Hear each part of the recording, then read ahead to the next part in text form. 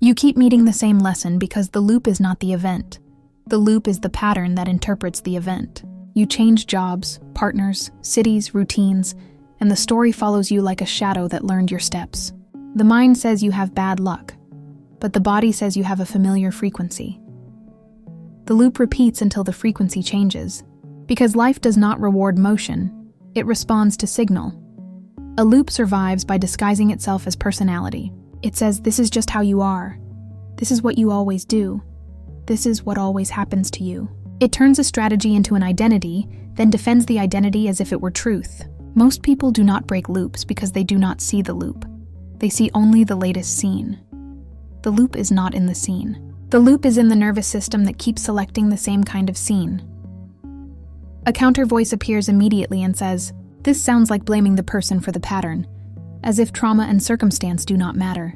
That objection is real because trauma and circumstance shape choices, sometimes brutally. But the point of pattern disruption is not to deny circumstance. It is to name the lever that still exists inside circumstance. You cannot control what happened, but you can control what you keep repeating as a response. The loop is not your fault, but it becomes your responsibility the moment you can recognize it. The first vector is cognitive, because loops are built out of interpretations that once kept you safe. Your brain constructs predictions from past pain, then labels those predictions as realism. It edits perception to match expectation, and expectation becomes a magnet that pulls familiar outcomes. You call it intuition, but it is often pattern recognition aimed at survival, not truth. The loop is a prediction system that would rather be right than be free. This is why you can feel a loop before you can describe it. It announces itself as tension, as bracing, as a subtle readiness for disappointment. Your body expects the hit, so it cannot fully relax inside new opportunity. You interpret that bracing as evidence that something is wrong. Then you behave as if something is wrong. The loop closes itself by using your nervous system as a witness for a reality it is actively generating. A second counter voice rises and says, if loops are nervous system patterns, then breaking them must take years, and most people do not have years. That is partially true, because deep patterns are slow to rewire. But rupture does not require perfection. It requires interruption. And interruption can happen quickly. A loop breaks at the point where you stop feeding it automatic agreement. The long work is integration, but the rupture begins with one clean refusal to continue the same inner sequence. The second vector is behavioral, because loops persist through micro-actions that feel too small to matter. A loop is not maintained by one big decision. It is maintained by hundreds of tiny permissions. You answer messages you should not answer. You explain yourself when silence would protect you. You numb discomfort instead of letting it instruct you. You choose familiarity over clarity, then you call it compromise. The loop does not need your whole life. It only needs consistent access to your default reactions. Most people try to break loops by changing the outer scene while keeping the inner script. They move, they restart, they rebrand, they promise themselves a new chapter. But the script travels because it is not attached to location. It is attached to regulation. When your system is regulated by control, approval, avoidance, or urgency, you will recreate circumstances that justify those regulators. The loop does not chase you, it expresses through you. A counter voice interrupts again and says, so what is the actual mechanism? What exactly must be changed, and how do you do it without vague motivation? The answer is that loops are sequences with predictable steps, and the rupture is a deliberate break in sequence. There is a trigger, then a meaning assignment, then a physiological shift, then a behavior, then a consequence that reinforces the meaning. You do not break a loop by arguing with the consequence. You break it by interrupting the meaning assignment or the behavior. The mechanism is simple, but it is not easy because the loop will claim that interruption is unsafe. The third vector is frequency, the energetic layer that people talk around because it sounds mystical, yet it is practical. Frequency is the sum of what you tolerate, what you repeat, and what you believe you deserve. It is your baseline of self-respect in motion. When you raise your baseline, certain options disappear without force. The loop loses access to you because the old reaction does not match the new baseline. This is why pattern disruption feels like withdrawal. You remove the familiar chemical rewards of the loop, the relief of avoidance, the hit of validation, the sedation of distraction. You feel exposed because the loop used to hide you from feeling. You start noticing how you actually feel, not how you perform. The loop calls this exposure danger, but it is simply reality without anesthesia. A counter voice says, if breaking loops feels like withdrawal, then people will relapse, and relapse will prove the loop is stronger than them. That is the trap. Because relapse does not prove weakness, it proves the nervous system is trying to restore familiar regulation. When you interpret relapse as identity, you feed shame, and shame becomes the fastest route back into the loop. The correct response is analysis, not condemnation, because analysis keeps you in agency. Every relapse reveals the exact doorway the loop used, and that doorway becomes your next point of disruption. The most important truth about loop rupture is that it cannot be achieved by willpower alone. Willpower is a short burst system, and loops are endurance systems built over years. You need structure, not inspiration. Structure means you remove choices at the point where you usually fail. You design friction against the old reaction, and you design ease toward the new one. The loop thrives on convenience, so you starve it by making the default harder. This is where people become impatient, because they want a spiritual moment to delete a pattern. Revelation can expose the loop, but it cannot do the daily repatterning for you. The mind wants a single breakthrough, but the nervous system wants repeated proof. Proof is built through repetition that contradicts the old prediction. Every time you respond differently, you weaken the old forecast and strengthen a new one. Loop rupture is not a declaration, it is evidence accumulation. A counter voice challenges again and says, if evidence accumulation is required, then a person must act before they feel safe. And that sounds like forcing. It is not forcing, it is training. Because safety is often the reward at the end, not the permission at the beginning. The loop taught your body that change equals danger, so waiting to feel safe is a disguised agreement to never change. You do not leap into chaos. You practice micro-ruptures that teach safety through lived experience. The goal is not to be fearless. The goal is to be non-automatic. Micro-rupture looks like pausing when you would rush. It looks like naming your impulse without obeying it. It looks like letting discomfort exist without converting it into a behavior. It looks like asking, what would I do if I were not trying to escape this feeling? That question is disruptive, because loops are escape machines. When you stop escaping, you stop feeding the machinery. Another mechanism of loop rupture is consequence clarity. The loop survives when consequences are delayed or disguised. You tell yourself it is not that bad. You minimize, you normalize, you compare downward. Pattern disruption requires brutal honesty about cost, not to punish yourself, but to remove illusion. When you see the true cost of repetition, comfort decreases, and the loop loses its seduction. You stop calling it familiar and start calling it expensive. A counter voice appears and says, brutal honesty can become self-attack, and self-attack can become another loop. That is true, which is why the honesty must be paired with precision, not contempt. You name the cost without turning cost into identity. You say this behavior leads here.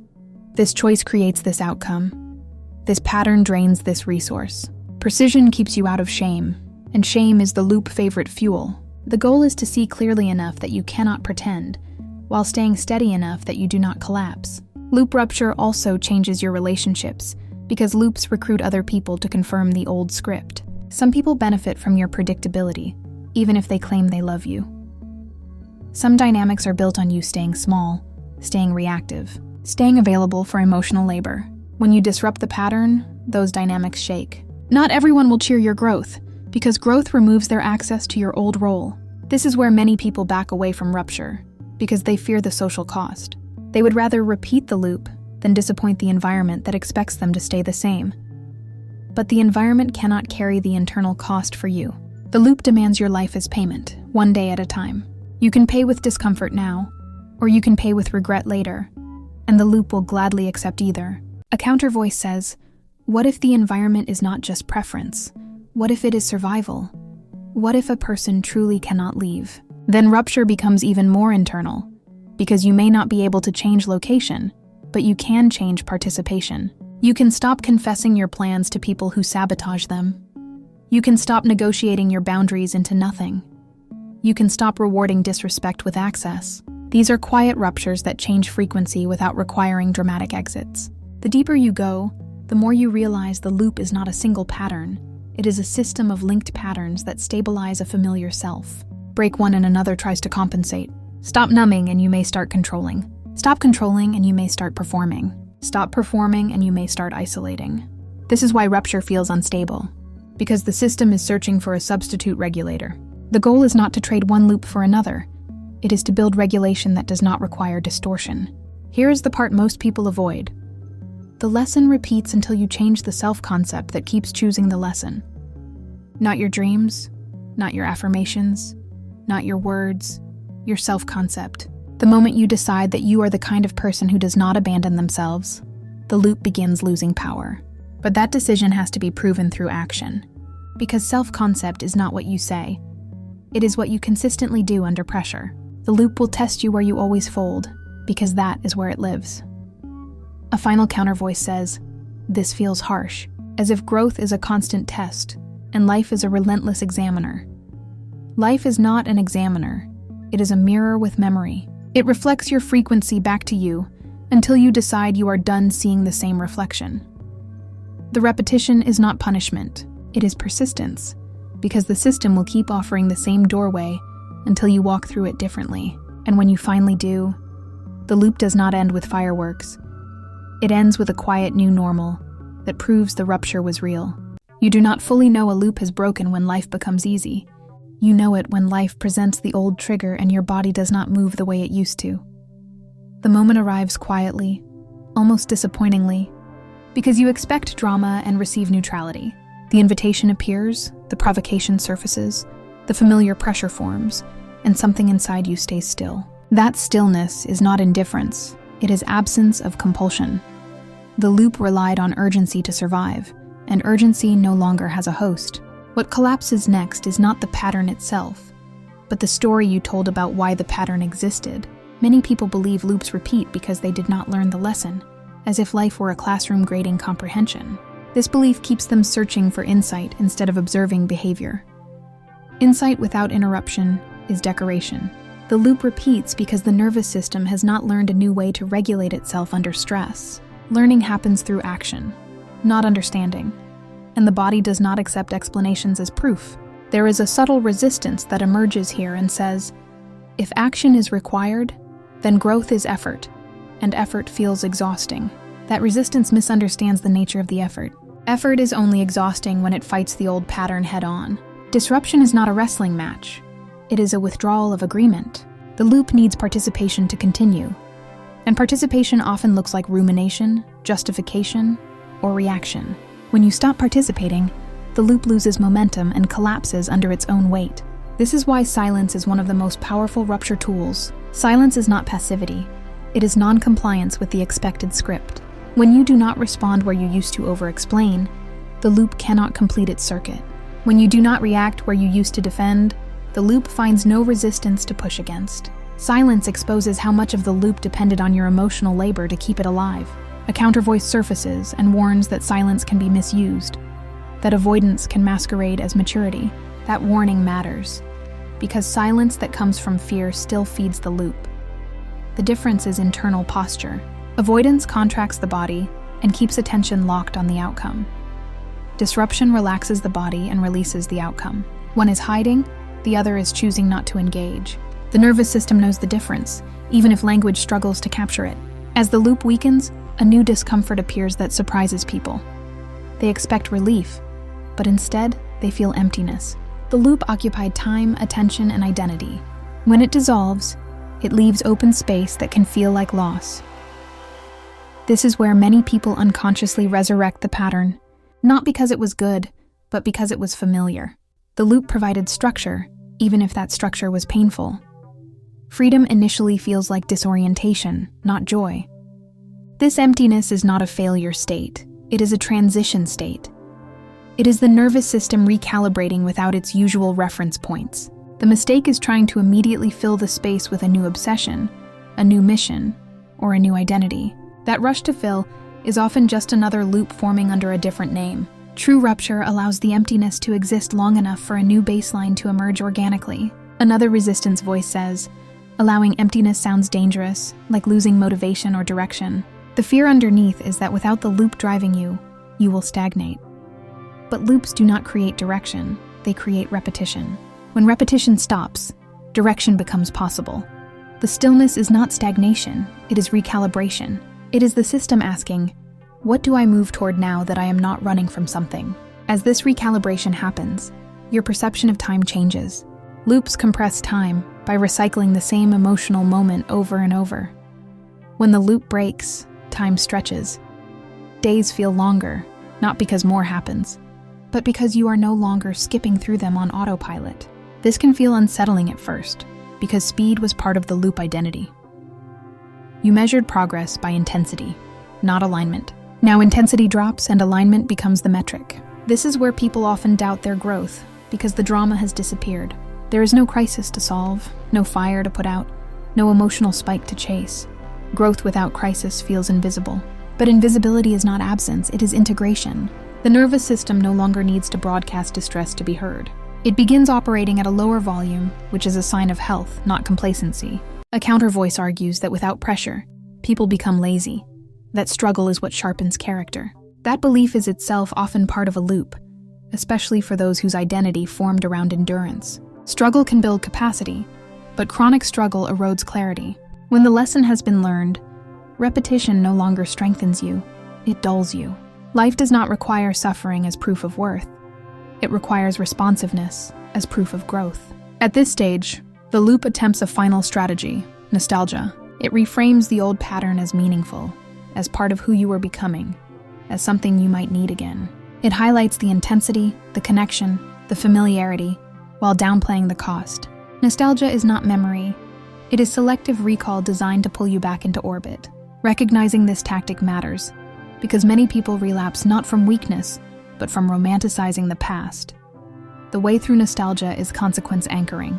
You remember not just how it felt to enter the loop, but how it felt to live inside it. You remember the anxiety, the exhaustion, the self-betrayal, the shrinking of possibility. You do not weaponize these memories against yourself. You use them as anchors to reality. Reality is the antidote to romantic distortion. As the rupture stabilizes, you notice that the same external situations now register differently. What once felt like a test now feels like information. What once triggered urgency now triggers curiosity. This shift is subtle but profound. Curiosity replaces compulsion, and curiosity cannot sustain a loop. Loops require certainty about who you are and how things will end. Curiosity keeps the system open and adaptive. Another resistance arises here, saying that curiosity sounds detached, that caring deeply is what gives life meaning. This is a false binary. Curiosity does not eliminate care. It refines it. It allows you to care without self-sacrifice, to engage without enmeshment, to invest without losing yourself. The loop demanded total immersion. Curiosity allows participation with boundaries. Boundaries are not walls. They are filters that protect signal integrity. Eventually, the lesson that once repeated stops appearing altogether, not because life has nothing to teach you, but because you have moved beyond the frequency where that lesson operates. This absence can feel anticlimactic. Even anticlimax is a form of closure the mind resists. You expect a final scene, a clear ending, a sense of completion. Instead, the pattern simply fails to show up. That is how loops truly end, not with resolution, but with irrelevance. The deepest sign of rupture is when you stop asking why this keeps happening to you. The question dissolves because the experience no longer repeats. Your attention shifts forward, not as escape, but as natural orientation. The loop no longer defines your self-concept, so your future is no longer organized around avoiding it. You begin choosing based on resonance rather than defense. A final counter voice whispers that another loop will always replace the old one, that this is endless, that freedom is temporary. There is truth here, but not defeat. Growth does not mean the absence of patterns. It means the capacity to notice and interrupt them earlier. Each rupture increases your sensitivity, your response range, your internal authority. You stop being surprised by yourself. You stop outsourcing your awareness to crisis. Breaking the internal loop does not make you perfect. It makes you present. Presence is the state in which patterns cannot hide, because they require unconsciousness to survive. When you are present, you feel the moment a loop tries to form, and you have space to choose. Choice is the true outcome of rupture. Not happiness, not success, but agency. And agency changes everything quietly. It changes what you tolerate. It changes what you pursue. It changes how you recover when you stumble. The lesson does not repeat, because the system no longer needs to raise its voice to get your attention. You are listening now, not to the loop, but to yourself. And that listening is the frequency change the loop was waiting for all along. If this transmission resonated, the spiral continues. You did not arrive here by chance, and you do not leave unchanged. More teachings are unfolding across the Vaharat library, each one meeting you where you are, not where you think you should be. Follow resonance. The next threshold is already listening.